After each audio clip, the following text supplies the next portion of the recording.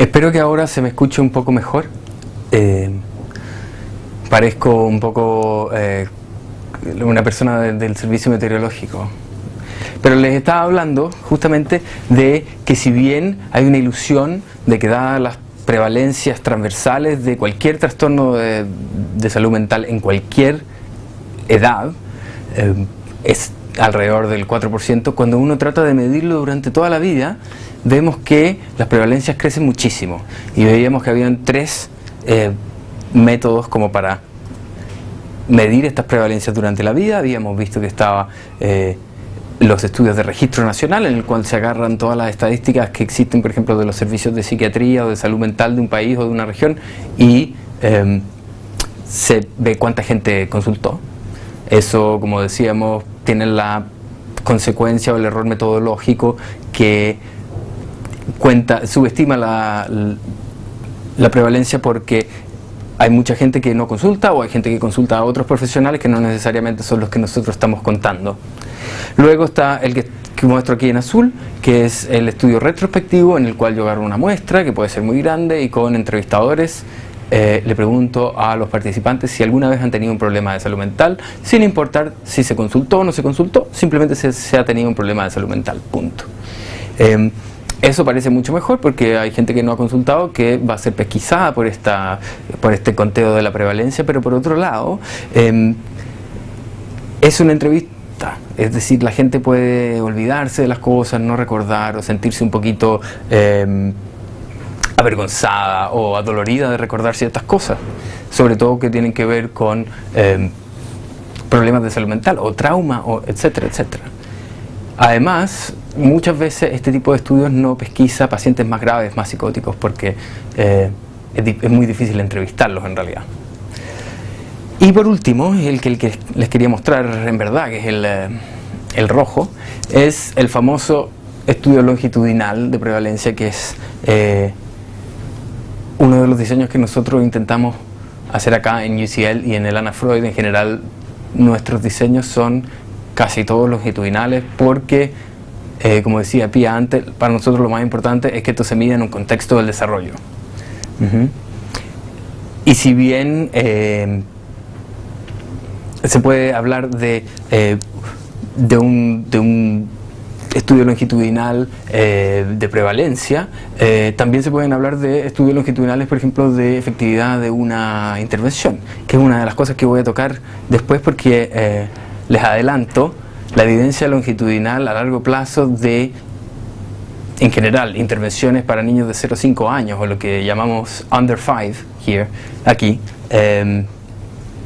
no existe. No hay evidencia muy larga, con la excepción tal vez del proyecto Abecedarian, que sería bueno que lo chequearan, que todavía siguen dando, que en general tiene que ver con intervenciones educacionales muy de juego, en el cual se potencia en la adquisición de lenguaje, sobre todo, y si bien se provee de un contexto de apego seguro, etcétera, etcétera, no está enfocado al apego, en general no está enfocado a salud mental, sino que más bien a adquisición del lenguaje y hacerlo todo a través del juego.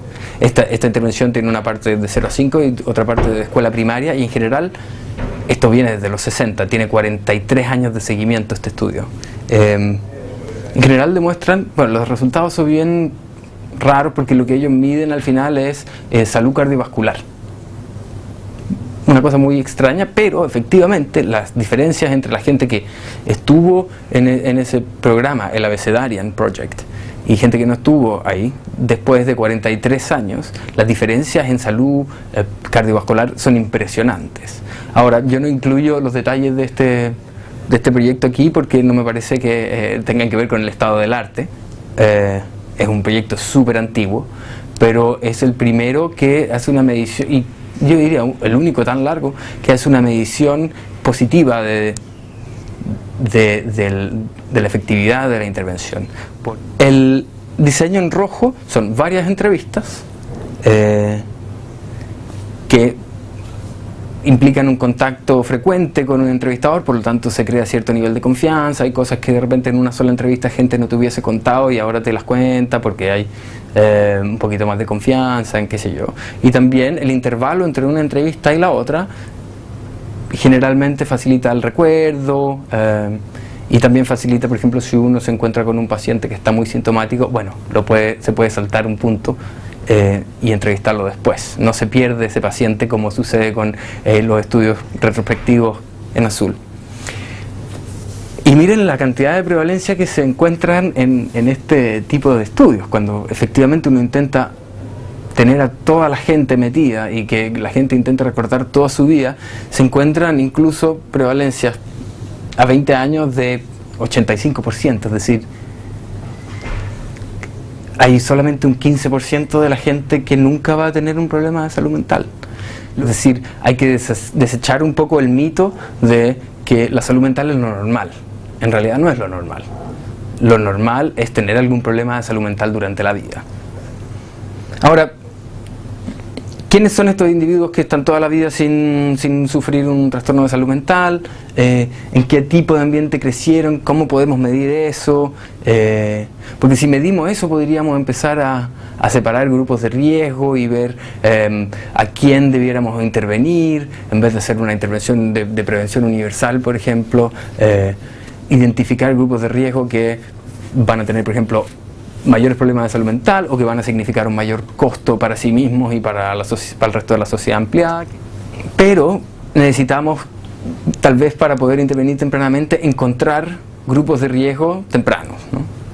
En el caso, les voy a mostrar un estudio que es el Dunedin, que es de Nueva Zelanda, que es un estudio multidisciplinario de salud en general, que incluye por supuesto salud mental, que sigue un año completo, una cohorte de nacimiento completa, y le hicieron mediciones cada año, ¿no? Ahora les voy a mostrar un resultado en que las mediciones no fueron cada año porque eso es exclusivo de salud mental, pero se hacen mediciones de salud dental, de salud cardiovascular, de logros educacionales, etcétera, etcétera, etcétera. Para este caso, por ejemplo, fueron 1037 los individuos que se siguieron, que es un tamaño de muestra increíble para un seguimiento de 38 años. A los 3 años ya se empiezan a medir ciertas variables de esta cohorte de 1000 y tantos niños, ¿no? Hace 40 años. Y se deciden en ciertos aspectos que teóricamente podrían estar prediciendo resultados negativos o positivos durante la adultez, pero alguna variable que pueda predecir desde los 3 años, 35 años antes de mi medición final, si esa persona va a tener problemas o no va a tener problemas. Y esos candidatos, esos posibles predictores son que están aquí en esta lista. Y lo que sucede es esto. Lo que sucede es que la mayoría de las personas tiene un diagnóstico de salud mental en estos 35 años que pasan desde la primera entrevista hasta la última.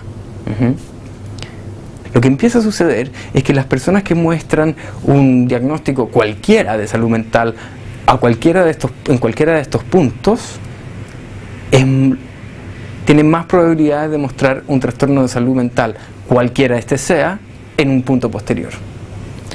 ¿Qué es lo que estoy diciendo? Que psicopatología predice psicopatología, básicamente. Y así como algunas personas empiezan a acumular diagnósticos durante la vida, ¿no?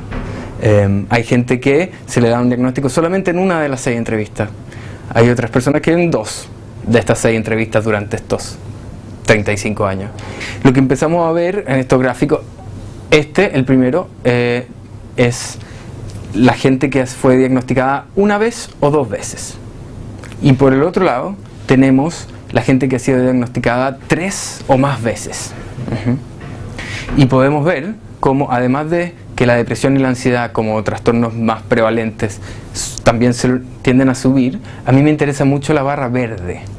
Casi 2/3 de la gente que tiene 3 o más diagnósticos durante la vida ha recibido su primer diagnóstico antes de los 15 años. A muchos no nos sorprende esto. Todos sabemos que la adolescencia, por ejemplo, es un momento en que aparecen muchos de los trastornos que después se van a volver crónicos, tipo cosas así. Yo creo que no estoy diciendo nada nuevo, pero por otro lado es muy interesante ver cómo estas personas empiezan a acumular sobre sí mismas uno y otro y otro y otro diagnóstico. Son personas cuya salud mental y sus problemas de salud mental son decididamente mucho más severos. Ahora, hablaba yo antes de los predictores, y que esto es lo que nos metemos un poquito más en lo que tiene que ver con salud temprana y con intervención temprana. ¿Cómo saber cuáles son las personas que están en riesgo? ¿Cómo reconocer a alguien en riesgo a los 3 años? A mí lo que me interesa de esta tabla es esta columna que compara a la gente que ha tenido 1 o 2 diagnósticos durante estos 35 años con gente que ha tenido 3 o más diagnósticos, y si existe un factor de riesgo en particular que haga la diferencia entre tener alguna vez algún problemilla, deprimirse alguna vez, y tener francamente una tendencia a enfermarse y a tener peor calidad de vida, etcétera, etcétera, que después vamos a ver qué otro tipo de consecuencias esto tiene. Y en general, todos los factores de riesgo que hemos visto, excepto complicaciones perinatales y aislamiento social, todos son capaces de predecir cuándo una persona va a tener más de 3 diagnósticos en la vida. Por lo tanto, quedamos con un grupo de riesgo bastante amplio. Y eso precisamente es una de las razones por las cuales los profesionales hemos desarrollado intervenciones que son universales, es decir, que no necesariamente tienen que ver con un grupo específico de riesgo, que no necesariamente tienen que ver con un grupo presentando síntomas, sino que prevención primaria pura, digamos. O sea, a todos los niños de cierta edad se les aplica esto, en fin, que tiene un poco también que ver con lo que Osvaldo nos contaba al comienzo, el señor Osvaldo Ramos nos contaba al comienzo del día. Pero hay costos también personales que se extienden al ámbito social. Por ejemplo, el 50% de los adolescentes que tienen un trastorno de conducta desarrollan un trastorno antisocial de la personalidad. La mitad de aquellos que tienen un trastorno de conducta después desarrollan un trastorno antisocial de la personalidad, y si nos recordamos, un trastorno de la personalidad es crónico.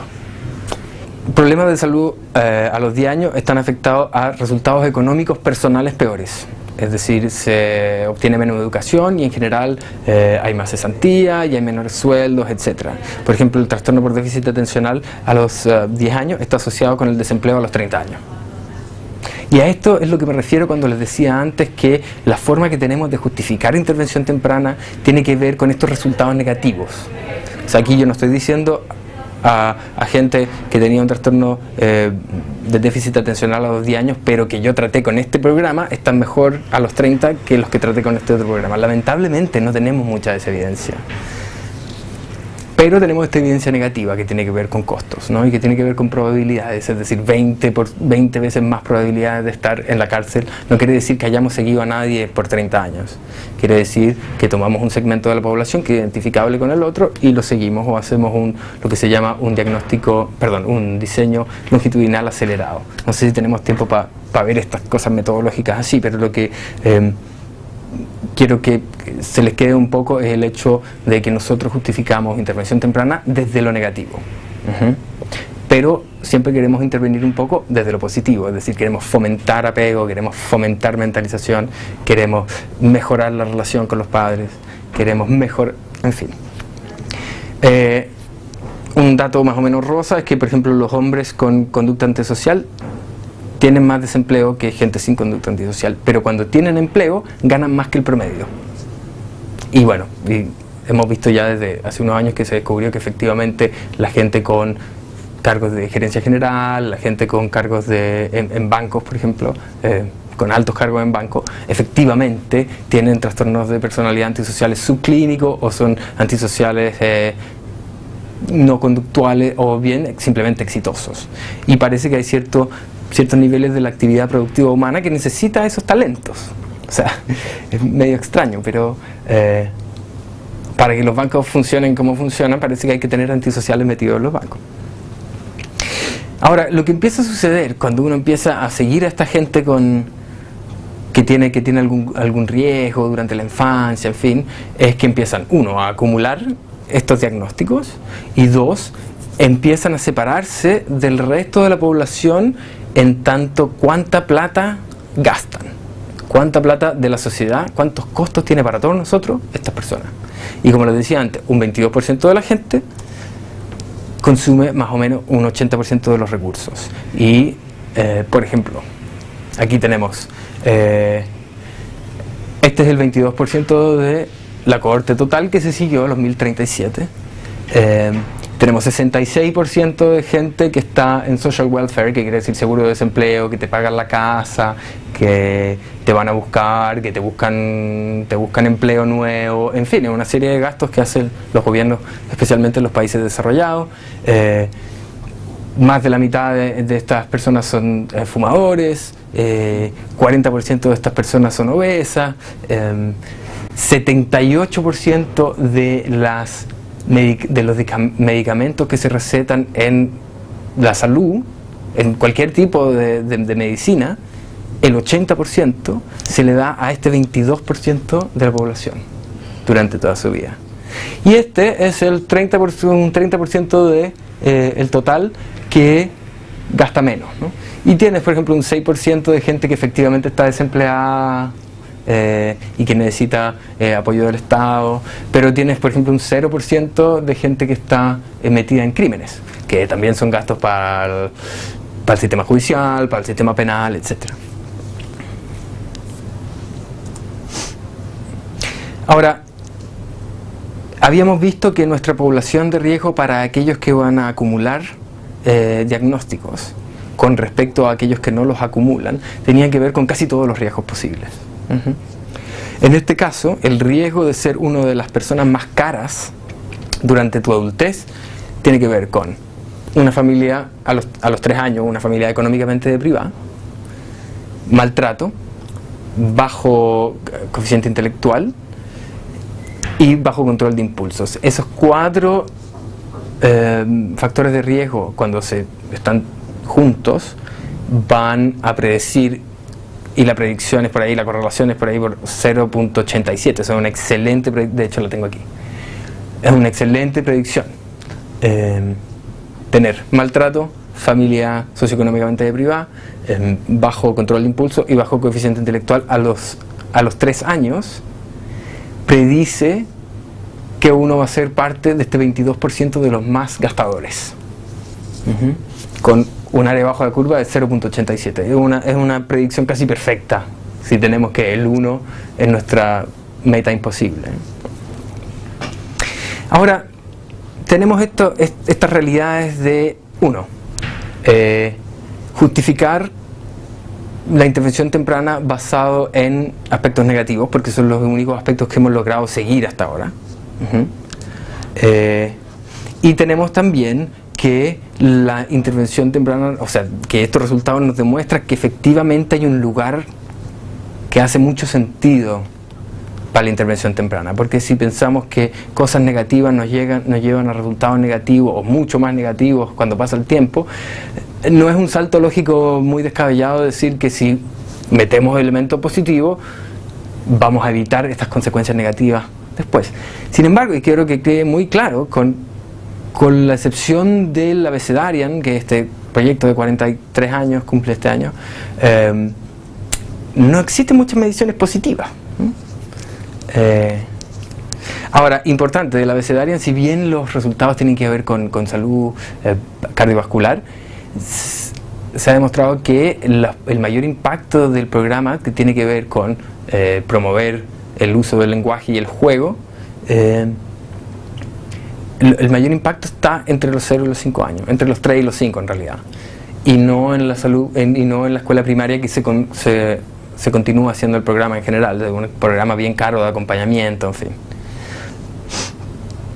Eso sabemos. Entonces, cuando tengo que hablar del estado del arte, por ejemplo, y sobre todo desde el estado del arte que tiene que ver con psicoterapias que tengan que ver con la mentalización, con el apego, no solo psicoterapia, sino que intervenciones en general que tengan que ver con intervención temprana, es decir, de 0 a 5 años, perdón, Y con estos temas de la mentalización y el apego como principales, digamos, nos encontramos uno, que es una idea, es tanto el apego como la mentalización un poco más que el apego, son ideas bastante novedosas. Entonces, por un lado también cómo esperar resultados longitudinales verdaderamente importantes si las primeras intervenciones hechas con mentalización, por ejemplo, fueron para trastorno de personalidad límite, y esas llevan 8 años de seguimiento. Le ha ido súper bien, pero son para adultos, no tienen que ver con evitación de otras cosas, tienen que ver con tengo tales síntomas y ahora con MBT o con terapia basada en mentalización ya no tengo los síntomas. En este caso es distinto, en este caso tiene que ver con el fomento de algo positivo a ocurrir en 20 años más. Por lo tanto, por un lado no podemos esperar que haya una excelente evidencia al respecto, ¿no? Y cuando se habla de intervención temprana, si la evidencia no es a largo plazo, es decir, si hacemos un experimento en el cual ponemos a niños que reciben un programa de prevención o de intervención y otro que no lo reciben, y al final de nuestro experimento medimos quién está mejor, lo más probable es que aparezca que la gente que recibió el programa le ha ido un poco mejor, digamos, ojalá, y que en general es lo que sucede, pero nos perdemos todo esto de cómo estamos ayudando a que nuestras consecuencias 20 años después efectivamente tengan resultados positivos, porque a los 3 o a los 5 años tuvimos esta otra intervención. Por un lado, metodológicamente, como les decía, aún no es posible, y por otro lado, por lo mismo hay que tomarse la evidencia de intervención temprana siempre con un granito de sal, dicen los ingleses, es decir, hay que creer, pero por otro lado también hay que ver, bueno, qué pasa en 20 años más, ¿no? Y por el momento no lo vamos a saber, así como no vamos a saber si los cigarrillos electrónicos producen cáncer o no, si bien teóricamente no debieran producir cáncer. Tenemos que esperar esos 20 años para ver si efectivamente en la vida real, más allá de la teoría, tuvimos impacto o no tuvimos impacto. Igual, hay un poquito de estado del arte que no tiene que, o sea, yo, como les decía al comienzo, antes que fallara todo el audio, vengo de una escuela donde lo importante es la evidencia, ¿no? Empírica. ¿Por qué? Porque vivimos en un país, acá en Inglaterra, donde la investigación en salud está dirigida en su totalidad por el gobierno, porque todo el mundo accede al sistema del gobierno. Entonces el sistema del gobierno es el que te pide estudiar esto o lo otro, el que te pasa la plata, en fin. Y por eso nos parece muy importante, porque a la gente que hace políticas públicas siempre nos va a pedir alguna justificación cuantitativa, sobre todo aquí, que es dinero público, digamos, y que en general es bien caro el sistema acá, y los conservadores siempre entran a tratar de sacarle dinero, después los laboristas entran a ponerle dinero de nuevo, y así en eso vive, ¿no? Entonces la gente que compra servicios, que son localistas, porque cada localidad tiene un grupo que se dedica a comprar servicios, por ejemplo, compra tantas horas de matrona, tantas horas de psicólogo, pero de psicólogo que sepa hacer esto y no esto otro, en fin. Ellos siempre tienen que saber cuánto las cosas cuestan y si funcionan o no funcionan, porque quiero saber que si yo pudiera esperar que el 50% de mis pacientes se curen de cierta condición y estoy obteniendo solo el 35%, eso me da un diagnóstico de que hay algo que cambiar en la forma en que yo implemento o no ese programa. Ahora, con respecto a intervenciones más bien selectivas y específicas, que quiere decir con grupos de riesgo selectivos, se selecciona un grupito de riesgo y se dice, ok, vamos a hacer una intervención aquí para evitar que ese riesgo desemboque en algún trastorno, por ejemplo. Y las intervenciones más específicas son aquellos que, o la prevención terciaria, si se quiere, es cuando ya uno tiene los síntomas y uno entra a lo que es al tratamiento un poco, ¿no? En general, en intervenciones selectivas y específicas, es decir, no con todo el mundo, sino que hay gente o que muestra riesgo o que muestra síntomas, tenemos que una de las intervenciones más comunes y con más evidencia, estoy hablando de evidencia desde el 2008 más o menos, es la psicoterapia madre-infante, Parent-Infant Psychotherapy le llaman acá, y que tiene tantas versiones como el psicoanálisis, tiene tantas versiones como la teoría cognitivo-conductual.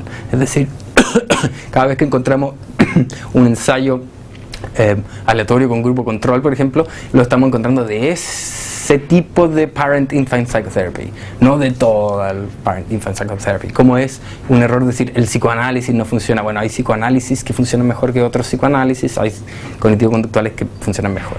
Por lo tanto, si bien tengo aquí 4 ejemplos de psicoterapia madre-infante, los 4 son distintas. De hecho, la segunda y la tercera incluyen biofeedback, que ha sido demostrado al fin del tratamiento. Como digo, los seguimientos todavía son muy cortos, que tiene un efecto adjunto al efecto de una psicoterapia, por ejemplo. O sea, una psicoterapia que solamente tiene que ver con juego y diálogo. Además, yo le meto un par de sesiones de biofeedback, muchas veces grabar a la persona antes de la primera sesión, jugando con el hijo, en fin, y después poder hablar de eso, después de trabajar varios temas en terapia. En general tiene un efecto que es adjunto, es decir, si antes lográbamos que el 50% de las personas se curaran, ahora logramos que el 55% de las personas se curaran. Y en general la evidencia reciente para la psicoterapia madre-infante no es genial, es modesta, digámoslo. Ahora, hay que tener en cuenta que cuando los psicólogos hablamos de una terapia exitosa solamente es, estadísticamente hablando, solamente medianamente exitosa. O sea, no existe aún ningún tipo de psicoterapia, ninguna intervención que me cure al 90% de la gente, o que tenga esos resultados así como, bueno, si uno tiene un virus, se toma un antibiótico y se cura, digamos. En este caso no, siempre hay diferencia y siempre uno considera que una psicoterapia anda bien cuando cura más o menos al 50% de la gente que consultó. Ahora, por ejemplo, hay una serie de estudios en terapia madre-infante que tienen que ver con grupos de riesgo y grupos sintomáticos, que son madres maltratadoras o en riesgo de maltratar porque están en la cárcel, y han habido 8 ensayos. Y de esos 8 ensayos solo 2 muestran resultados positivos con respecto al grupo control, y el grupo control de hecho es un grupo inactivo, es decir, no tratamiento. Por lo tanto, es un poquito mejor que no hacer nada. No es la mejor noticia, ¿no? Más biofeedback, no en madres encarceladas, pero en madres maltratadoras o riesgo de maltrato nuevamente.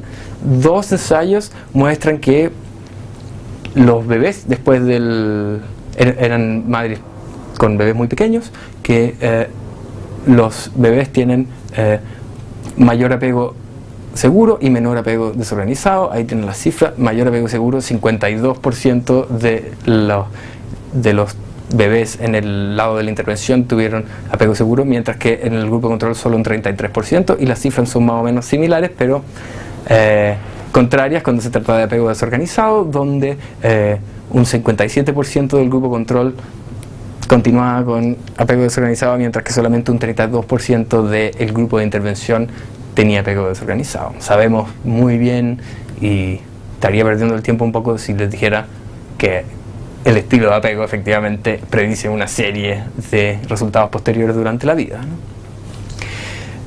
Asimismo, por ejemplo, tenemos que la psicoterapia madre-infante, que yo estoy un poco hablando como si ustedes supieran de qué se trata, que en general se llama psicoterapia madre-infante, pero cada vez que yo la veo me parece que es terapia para una madre que tiene un infante. Porque en general sí tiene que ver con intervenciones concretas y directas sobre la madre, tal vez enfocadas no al principio, porque muchas veces, sobre todo si la madre tiene, por ejemplo, problemas de personalidad, tiene que ver con ella, con qué es lo que pasa con el maternaje, cuáles son las propias emociones, esto de etiquetar, reconocer emociones, en fin. Es un trabajo de ese estilo, y después eso de a poco se empieza a enfocar en el comportamiento con respecto al niño, al reconocer emociones del niño, al validar al niño, a todos estos movimientos técnicos también que las terapias de la mentalización se han robado de todos lados. Mucho viene de aquí, y es decir, la mayoría de las terapias basadas en la mentalización están basadas en la terapia madre-infante. E incluso por ejemplo, las terapias basadas en la mentalización, pero para más niños con más edad, como entre 6 y 12 años, que es el MBT-C, Children, y que ustedes debieran ver el trabajo de Nick Midgley, que es el tipo del Anna Freud Center que trabaja con esto. Son terapias que también están basadas en una estructura general como la tiene la psicoterapia madre-infante, que tienen que ver con el enfoque en la madre más que en el infante. O sea, tenemos que el paciente índice en general es el bebé, pero nuestra unidad de intervención más bien parece ser el sistema representado por la madre en este caso, pero muchas veces también puede ser el padre, o tiene muy buenos resultados también en niños adoptados, porque lo que hace es mejorar un poco la relación entre uno y otro. Tenemos estos otros resultados excelentes de, por ejemplo, menos apego desescolarizado, más apego seguro, pero en general lo que comparten todos estos estudios es en que al final de la terapia la madre muestra mayor sensibilidad. Y también sabemos que sensibilidad materna predice un mejor apego. Es una de las variables más importantes al predecir el apego. Ahora, con respecto a terapias de mentalización desde el 2008 enfocadas a 0 a 5, nuevamente nos encontramos con poco. Minding the Baby es del 2005, pero recientemente se llevó a cabo un ensayo aleatorio que terminó con un mayor apego seguro entre 64 versus 48%, es decir, la gente del Minding the Baby comparado al control tuvieron un 20% más de apego seguro y menor apego desorganizado con distancias mayores que las que veíamos en la terapia de madre-infante. Ahora, el Minding the Baby, yo no sé si ustedes lo conocen, también como es más antiguo, me iba a saltar un poco la explicación, pero son al final del tercer trimestre del embarazo, en general para madres primerizas, ¿no? Muchas de ellas adolescentes, empiezan a recibir visitas domiciliarias semanales por enfermeras de salud mental, que es una profesión de acá, y por trabajadores sociales que a la vez son psicoterapeutas, que es otra cosa que pasa acá. Aquí para ser psicoterapeuta no es necesario ser psicólogo o psiquiatra, uno puede ser arquitecto y después estudiar más y ser psicoterapeuta. Y el Minding the Baby dura 2 años y medio, con visitas así, toda la semana, que tienes una persona que en general también se usan profesionales que todos tienen másters, o sea, son profesionales caros, que además de estar 1 o 2 horas con la madre ese día, tiene que viajar a la casa de la madre, después tiene que volver o tiene que ir a la casa de otra madre. Estamos utilizando una cantidad de tiempo y recursos bastante considerable, y por lo tanto Minding the Baby, si bien tiene estos buenos resultados, es muy difícil que sea adoptado a nivel nacional, por ejemplo. Muy difícil. Y el Mothers and Toddlers Program, que es uno cuya intervención se llama Motherhood from Inside Out, es decir, maternidad de adentro afuera. Es muy parecido a la terapia materna-infante, pero para madres con abuso o dependencia de sustancias. Han habido 2 ensayos, excelentes ensayos.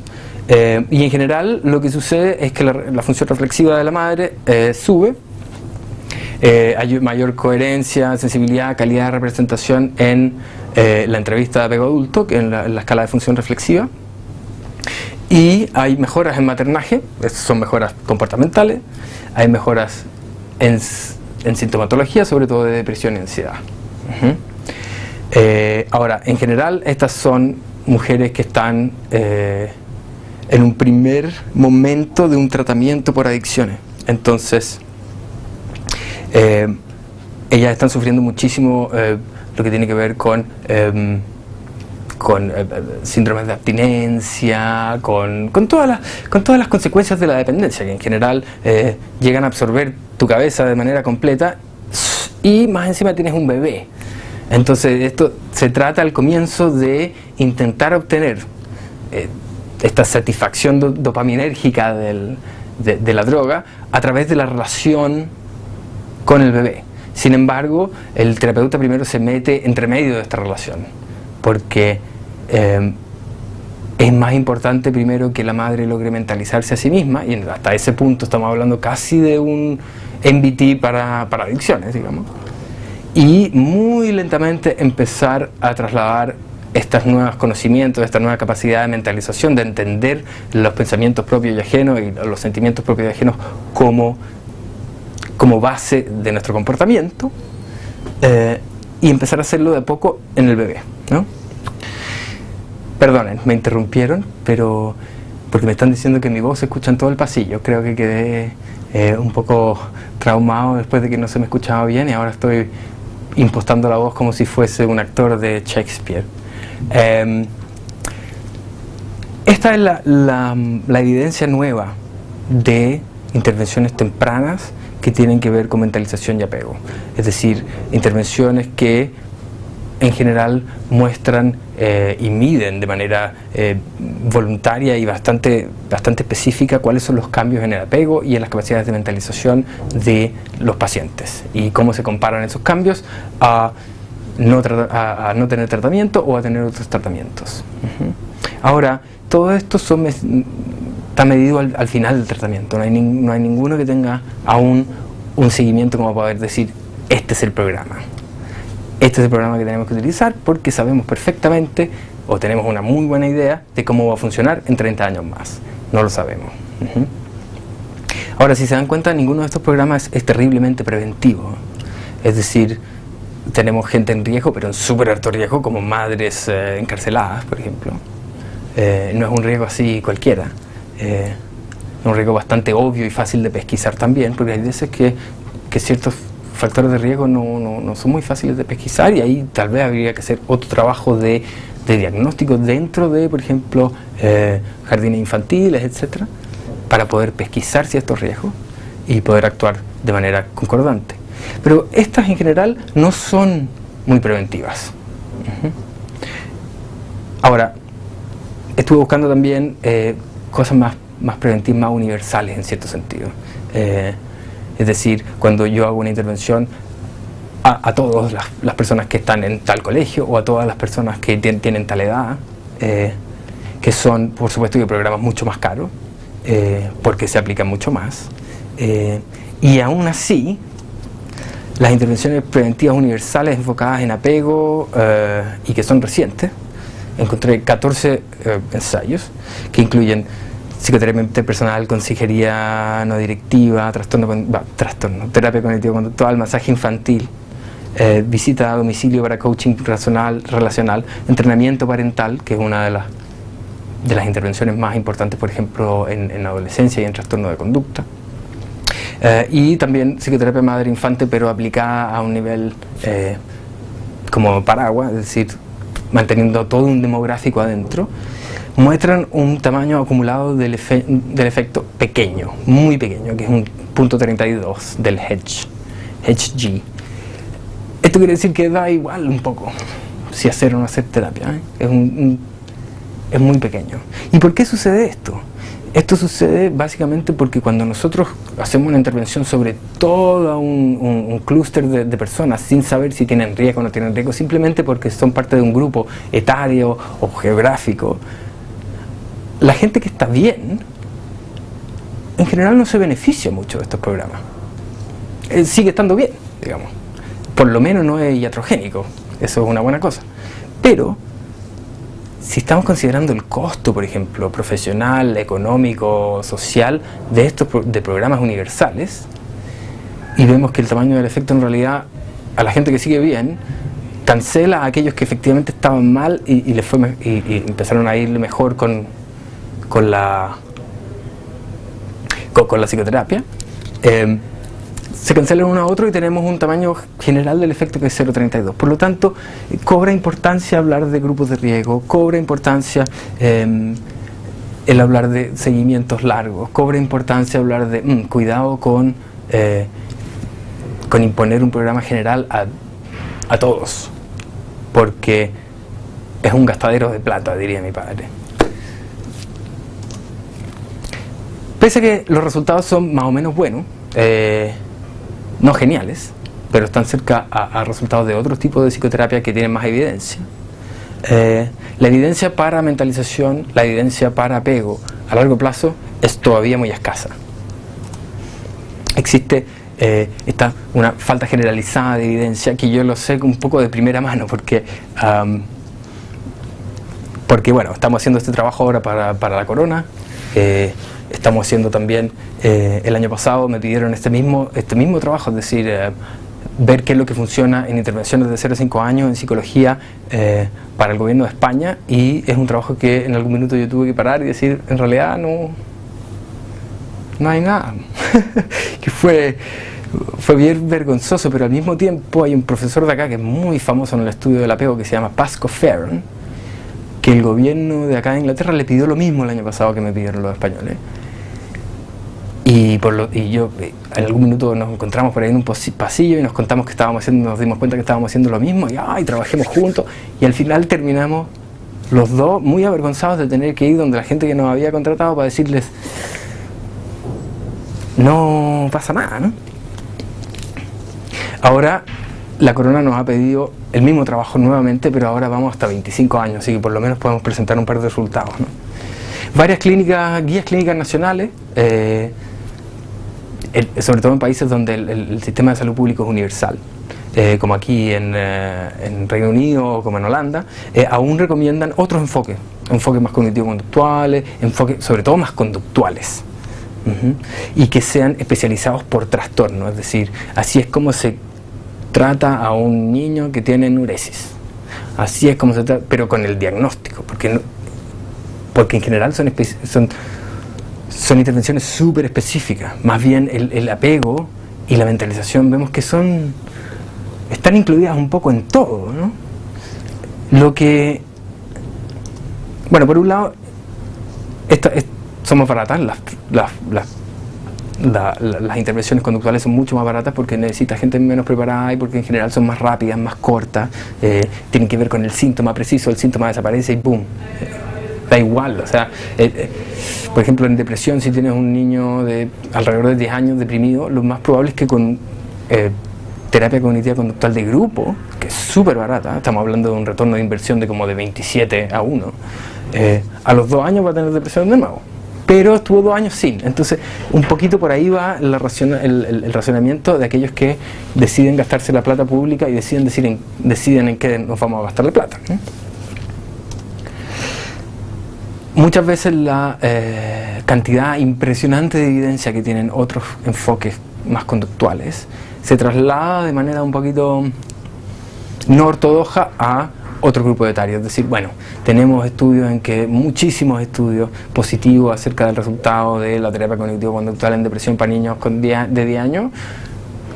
¿Por qué no debería de resultar con niños de 5 años? ¿No? Que implica, por supuesto, una comparación bastante irresponsable teóricamente, porque sabemos precisamente que 6 meses ya es un tiempo larguísimo durante estos primeros años del desarrollo. Pero sin embargo, dado que tienen tanta evidencia, porque esto es una cosa de cantidad al final, porque tenemos más o menos los mismos resultados, pero los tenemos replicados y sabemos que en salud mental lo único que necesitamos hacer más es replicar. Se traslada el ángel de la terapia cognitivo-conductual se traslada a grupos etarios que tal vez no ha sido tan probada, pero que uno tiende a confiar porque en realidad funciona en otros contextos. Ahora, los estudios de estas intervenciones, por ejemplo, conductuales o conductivo-conductuales, que hay bastantes en la literatura, algunas de ellas cuando hacen los ensayos miden qué es lo que pasa con función reflexiva, mentalización, apego, en fin. A veces les interesa medirlo, o a veces la persona que escribió el artículo necesitaba que un alumno de él hiciera un doctorado, entonces le dijo, ¿por qué no mides función reflexiva, por ejemplo, que es lo típico que sucede acá? Y de manera bien extraña, hay resultados en mentalización, en función reflexiva, incluso si la terapia no tenía nada que ver, incluso si el terapeuta le carga hablar de función reflexiva, le carga hablar de mentalización, o le carga hablar de apego, que siente que no tiene sentido, y hace su cosa más conductual, por ejemplo, o más psicoeducativa, y vemos que hay cambios en función reflexiva, y vemos que hay cambios en sensibilidad materna, y vemos que hay cambios en clasificaciones de apego, en fin. Y esto, que a mí me parece, bueno, y también hasta los 6 años, si uno ve los tratamientos exitosos en general, incluyen el ambiente cercano, ya sea familiar o a veces preescolar, incluyen al adulto, es decir, ninguna de las intervenciones exitosas tienen al niño solo. Y también, ok, parece un poco obvio, ¿no? Pero ¿por qué? Es decir, ¿por qué estas intervenciones que no tienen nada que ver con mentalización resulta que logran cambios en mentalización? Si ellos estaban enfocándose en el síntoma.